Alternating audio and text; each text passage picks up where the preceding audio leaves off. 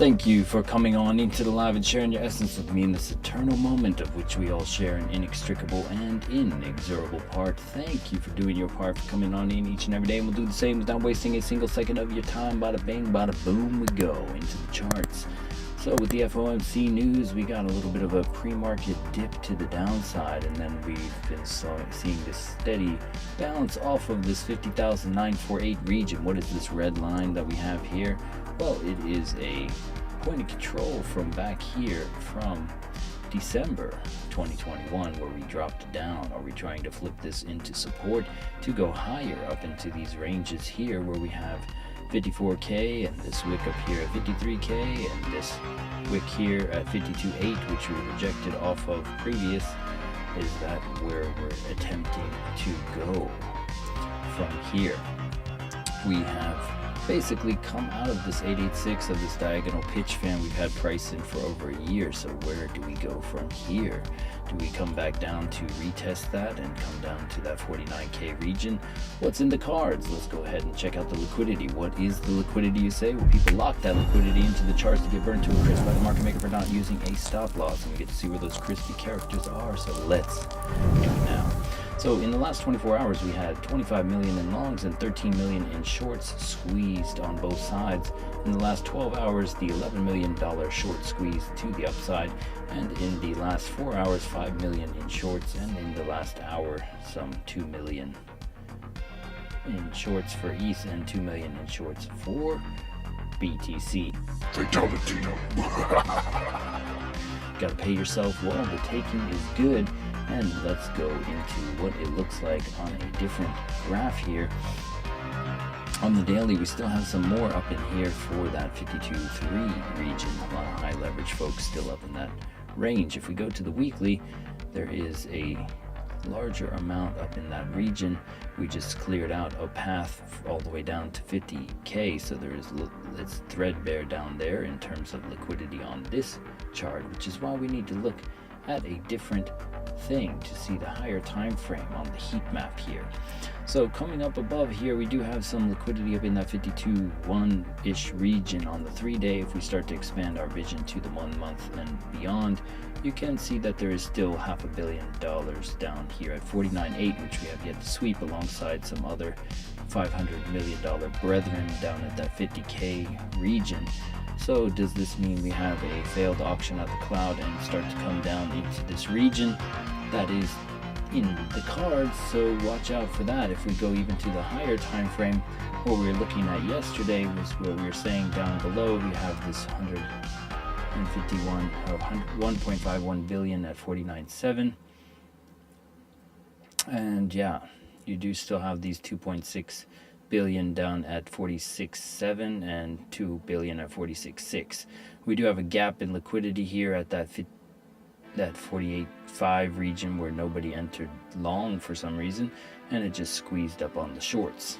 So does that gap hold at that 49K region? But coming back down a little bit deeper into the 49K region would make sense before they send it. But this is Thursday, February 22nd. Let's go ahead and look at the news that is inbound today. So you have some Euro news for the French and Germans here with the PMI for their currencies, and Canadian and US.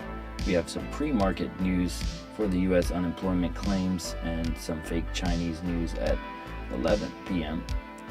and some red folders with the PMI. So this should send it. We should have some very interesting day today. Today is a PMI news day. PMI is generally very volatile, so we should see some volatility pre-market and after 15 minutes after the open. So be aware of that.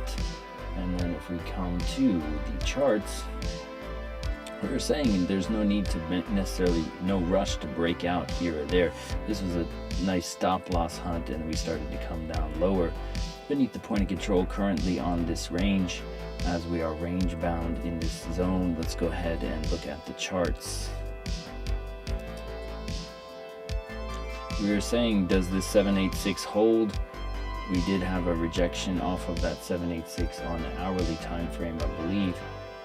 We came up to that 786 clean trade off from that zone, coming back to that 50,007 daily support level and starting to bounce at that level. Now we're currently at this point of control, and do we hold this, or do we come down into some deviations down here at the 618 at 49.5? I'm more apt to see this 49.5 trade off and then see this as a B, C, if I'm being honest about it. But if we look at the liquidity on this, there is some more that we could come up into. But if you disregard this and look at the higher time frame, we have some higher time frame liquidity that's not listed here. So knowing when to juxtapose the higher time frame and the lower time frame. And that's just my immediate, in a nutshell, idea here. But ultimately we are just in this range here. This is just straight up a range bound channel. So do we come back down to the bottom or come back up to the top of the channel? So this is a lot of news as we see. So we got to pay due diligence to that news. So let's go ahead and throw on our momentum because we are limited on time here. Link in the description for more, and you can scroll down to the features, toggle at your leisure at Bitcoin's bottom at 15K before we knew it was a bottom in November 2022, with the trend clouds, the baselines, the stochastic array, and more dynamic alerts to your phone to keep you plugged in to all that's going on. There's a flash sale right now on Bulenox and Apex if you're looking to get funded. The links are also in the description for more. 90% off. Won't find a better time off than now. All right, so let's look at the cloud. Right now we were talking about the 4-hour cloud curvature yesterday, and we were talking about trading with the cloud, and then we were above the cloud and with turning this bearish idea like this. And this is the idea here. If you come back to the cloud and you kiss it, and then that is your typical play. This is kind of what we see on the bottoms here when you see this coming back above the cloud and you kiss it and you're gone. So why would we do the opposite if it's bearish?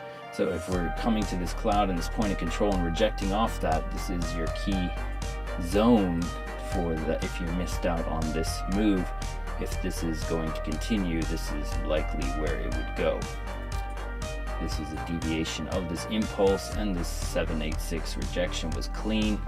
Do we need to come up here again is the question. All right, and that is just based off the math and the momentum here on the 4-hour. If we go to the 6-hour cloud is also starting to shift.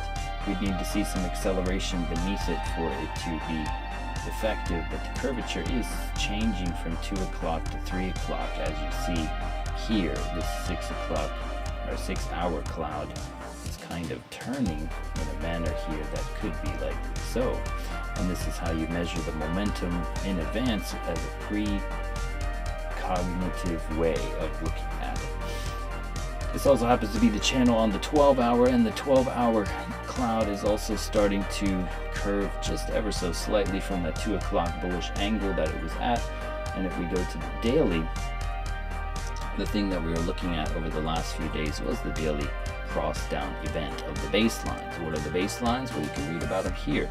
Your first sign of reversal, one of the few leading moving average formulas on the market.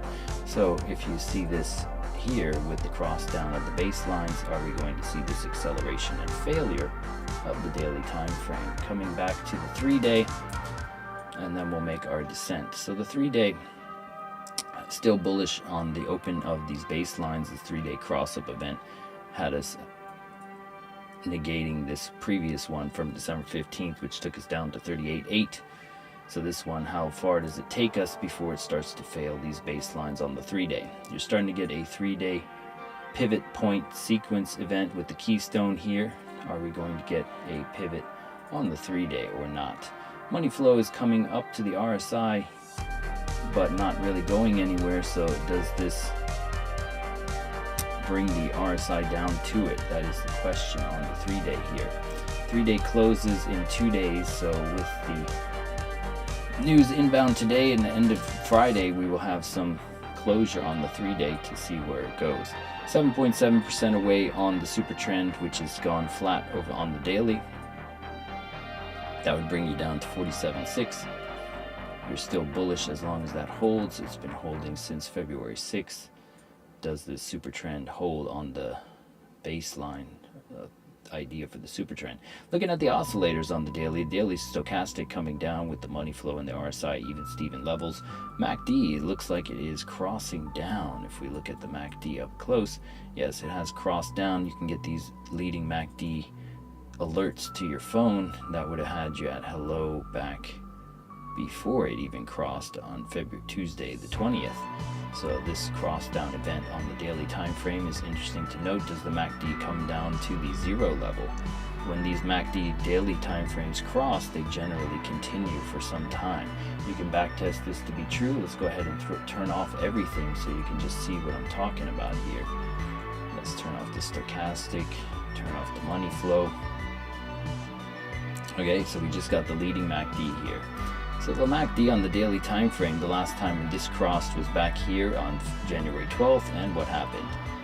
We had a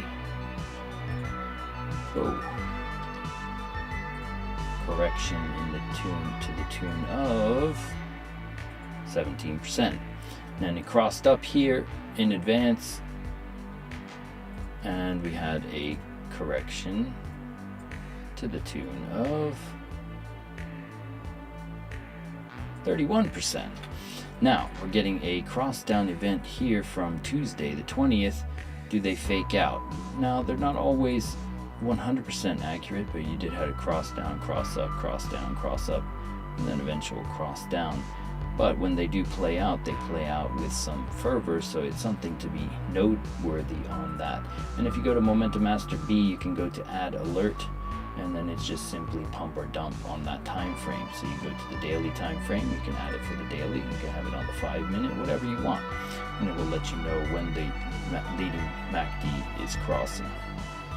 You can fill this in as well if you want to have it as an oscillator, and you can have your histogram showing too, like so. So if you want to have just the MACD looking like it's supposed to, but it's in a limited framework, so it is filled in properly, you can do that. Let's go ahead and turn this stuff back on, get on the stochastic, the RSI, and the Williams, and get our oscillator back in action. All right, so we got the daily time frame Williams on the precipice of crossing to that alarming threshold. The alarm crosses do play out. If we go to the 22-hour time frame, we can see that the 22 is also in a cross down event, and the RSI is slightly coming down to meet the money flow here. So are you going to get that injection of the money to come back up? It did technically play out from yesterday, so is that all she wrote for that, and you're going to see suppression from the Williams on the stochastic takeoff on the 22 or not? Coming to the 12-hour money flow beneath the RSI, suggestive normally of going to the upside at the insertion of the money flow. The only times in extreme reversal does the RSI come back to meet the money flow here. The Williams also starting to cross down and potentially suppress this stochastic takeoff, which is why we have the Williams in juxtaposition with stochastic RSI. If we come to the 6-hour here, 6-hour time frame, 6-hour at the precipice of breaking this cloud, which is curving, which we just went over.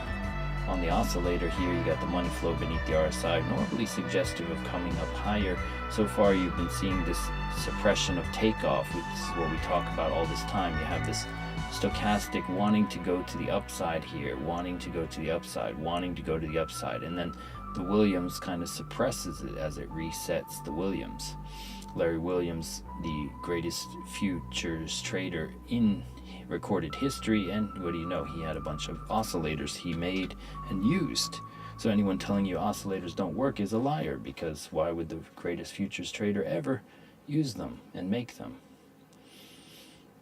And the smart money guy was tutored by him, or mentored, he says. So yeah, looking at the 4-hour, you have this coming up to the even Steven level at the 50 with the money flow in the RSI, the 4 hour attempting to cross up here. If we look at the baselines, are they starting to cross? Yes, they are. Does it hold is the question. This cloud of this curvature of the cloud expressing downside could be continuing further down. There's no guarantee on the 4 hour though. There's 4 hour ambiguous points like here, for example, where we were range bound and we curved down. While we did go down, we did come back up and go down again. So the 4 hour does not always need to be as clean as this curve was. So just keeping ourselves in check on that idea. So this could come down only to come back up again on the 4 hour time frame. 4 hour oscillator Williams in a almost oversold state, but not quite there yet to my liking. Coming to the hourly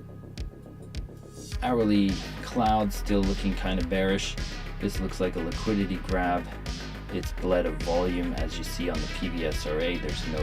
It's all gray, there's no color to these volume candles. So this is just a straight liquidity grab to stop out the shorts that were in profit and or induce some longs. If we look at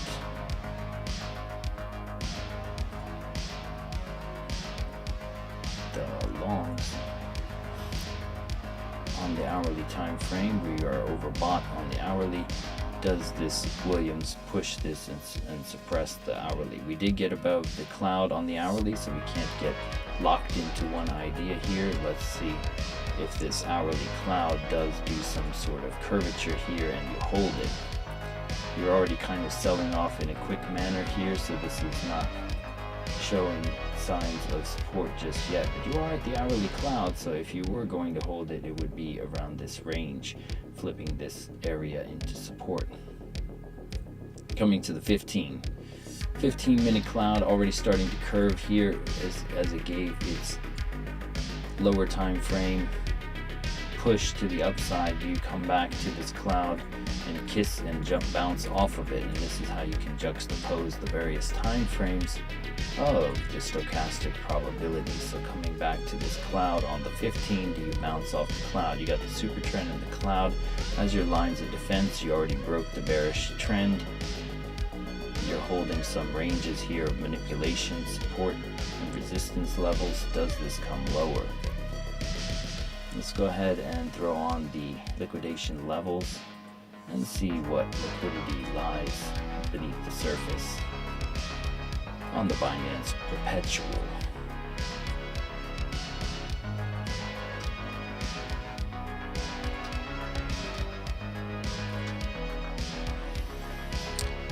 Okay, so you got a bunch of shorts opening up shorts up in here in the 51.9-ish region. They're not as frequent up here in the longs, so this could be a trap to come up into this region to go a little bit higher on the liquidity up there for the shorts. So watch out if you are entering in this region.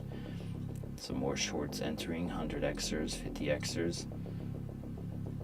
Okay, this is only one exchange of information, so it is nothing to wave a stick at, but it's still something to test out the sentiment. Asia is known for dumping it into London. As you see here, Asia does like a pre-market pump into a dump into London. London hands off to New York, boom, to the upside. So do we continue in this fashion with Asia kind of selling off into London? Normally is the case. So watching to see how London takes it in about 6 hours from now. And does Asia send it further off this point of control beneath the 6 hour cloud? I'm apt to see it more to this 49.5 than I am to see it to the upside. Just to have a sustainable move, you need to really flush the liquidity. We came to the wick and that was good and all, but we did not sweep all the longs out from under here. There's this area here is a low, this is a thin print zone, and we have yet to come back to it. So sweeping this would be more feasible to see in terms of sweeping the thin print zone. If we go to BTC dominance, the dominance, we are looking from this 6-hour crossover event to go up, and it started to. Now it's starting to fail and hold the baseline on the 6. Are we going to come up to this 6-hour super trend? You are getting a bearish overtone of the cloud here on Bitcoin dominance. The USDT dominance did get that push off of that level here and came back above the cloud, only to reject and come back beneath it. If we look at the 4-hour cloud, we're attempting to come back above that one, and do we hold this level or not? If you hold this and break this bearish super trend 1.7% away, then you will be seeing downside, because this is inversely related to Bitcoin. So you will see this go up as Bitcoin goes down.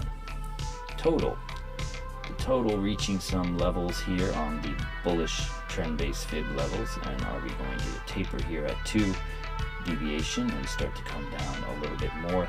If we go to some higher time frame levels, this was a 786 we broke, and basically are above the 786 here. So this is bullish for the market in general, because we recovered this entire retrace zone and this point of control at the 1.86 trillion region. But also, just like Bitcoin, we are getting this cross down event of the daily time frame. Granted, you had some fake outs here, but when those cross down events do play, they should play with some, at least a fervor down to the 182 trillion mark. Coming to the total 3, also getting the flash of a cross down event on the horizon. Does that mean the daily time frame going to taper and pull back a little bit into some of these liquidity zones, coming down to the 706 from this 236 blast up to test to see if the still permission granted to go higher? Alright, and going to the Dixie pulled back to the level we were looking at, which was the range over here at 103.821. We came back to that. Do we hold this range or go a little bit deeper on the retrace? You have this inefficiency from the open, whereas the gap, so we should go up into that at least. It looks like we're recovering this super trend. This 12-hour super trend has been holding since December 29th. So that's something noteworthy to watch. We wicked off it previous on Tuesday, February 20th. Do we continue to hold this 103.821 region, this wick zone? If we break this, then you come on down to the next area down here at 103.1. If we can bounce off of that, then you stand to come back up into some of these levels. We were talking about from this interest zone, when this rejection wick, that we were looking at lower prices for the dollar. Everything was not 1-to-1. The correlation is not 1-to-1, so we are still seeing this pullback on the NQ as well. Nvidia is just around the corner getting its earnings, so this is going to a discount region, came to this 2.7 deviation level for that potential surge to the upside. So will NQ send it and for the Nvidia earnings? When is Nvidia earnings? I believe it is today. Wait, when was it?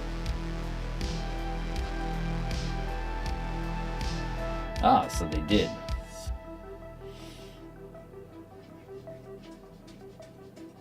Alright, so Nvidia earnings were the forecast beats estimates. So that is why we are getting some bullish response from the NQ after the Nvidia announcement here. So going to a discount there, and you got ES reacting accordingly, Dixie holding the line. AI and chips are the thing keeping the American economy afloat. So the dollar coming down in this gap-like fashion is very interesting. coming to sweep up this level, and then from that, do we come lower to go high is the question. All right, let's go see if you have any comments or questions, and then I gotta bid you adieu. I gotta go in and do some work today, so let's go ahead and see what will happen. BTC rejecting as of this moment off of this point of control. Will they send it down to that 49.5 region? They smashed earnings. Yes, they did. If you are looking in the Discord, you do have the earnings whispers here talking about that from today. That's about 2.5 hours ago. Okay. So, all right. So that's yeah. Does Nvidia and the tech stocks steal the show here and start to see a little bit of a pullback? I've watched Bitcoin for some time now and seen that there's an inverse relationship a lot of times. When Bitcoin's pumping, NQ is dumping. See, so if I were to turn this upside down, many times it looks like what Bitcoin did. Granted, they keep it in a tighter range than Bitcoin, but still there's a kind of inverse relationship I've noticed. So if the tech stocks are pumping, then maybe people will take their profits out here and invest them into tech stocks. So that's another theory to see if it comes down to that 49.5 or not. The super trend on the 6 hour, 2.4% away. If this has been holding since February 7th, that'll be an interesting signal to see if that 50,003 holds. That is the 0.27 deviation level of this impulse here. We've swept up all the liquidity, recovered all the wicks. So all of the wicks have been recovered in this range. The next stop would be into this candle and this range here and the thin print zone. Let's go ahead and look at a toss one time here and see what's going on in the contracts. So you're getting an extreme sell-off here. You got a lot of sells interested here, some delta. You got some buyers interested here in the 51.7 region as we came back. This is all trade based, not time based, so we're just looking at trades only here and looking at how the trades transact in the frequency of them. So here at that, basically before we went live, there was a large delta buying in. We saw a large buyer enter the fray here. We can go into that and look at the person who did that over here.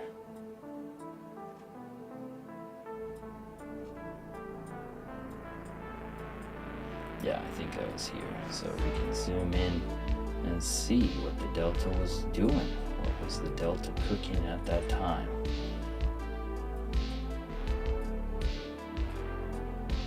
So we had 23 Bitcoin sold about an hour ago down there at the bottom. That was a long liquidation event, and then they started to bounce off of that guy. And you see these Bitcoins being bought, 26 more being bought. Nothing really significant. I don't know why that has that dot there.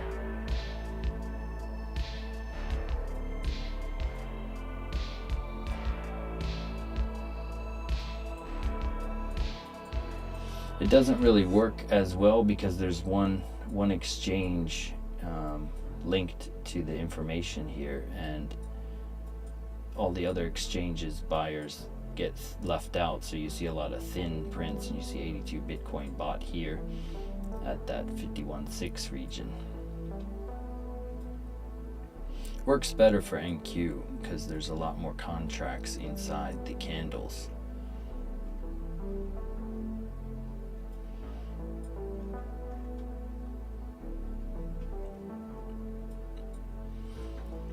Okay, so that is about it. I gotta get going, so that if you have no questions, let's see, they smashed earnings, nope. All right, well, that is what we're looking to see. We already failed the point of control and the 4 hour cloud here, does this continue? Things to negate this are the cross-up event and the super trend holding on the 4-hour and the 6-hour. So unless you can accelerate down into these 49 sub 50 levels, then you are likely going to squeeze up some more into the shorts up here at that 52.3 level. So if you're looking to long, there's nothing wrong with scalping that, but be aware that there's a higher time frame narrative of some levels down here that they could be coming back to 1.61 billion, 1.5 billion. And if we go to the 3 month here, you can see 517 million at 49.8, 259. Basically in this region there's about 1.5 billion down in this chunk. Now in order to get the same chunk, you'd have to come up to 53.3, which is a 2k away. So if you're from here, from 51.1, you can go down just shy of 2k, 1.5k, and get the same amount. So it makes more sense to come down and grab that 49.8, but that's just me. You have a thin print down here, so they could come down here, induce some more longs, and if they can bleed out through this gap, then they have a lot more down in here too at that sub 56, or sub 46 rather. At some point they leave some on the chopping block that they don't ever take, like they did down here. They left this little chunk of change on the table at 42 and just went up. Alright, so that's my story and I'm sticking to it, folks. So thank you for coming on into the live and sharing your essence with me in this eternal moment of which we all share an inextricable and inexorable part. Thank you for doing your part, for coming on in each and every day, and we'll do the same, bringing the fire, the accuracy, the precision,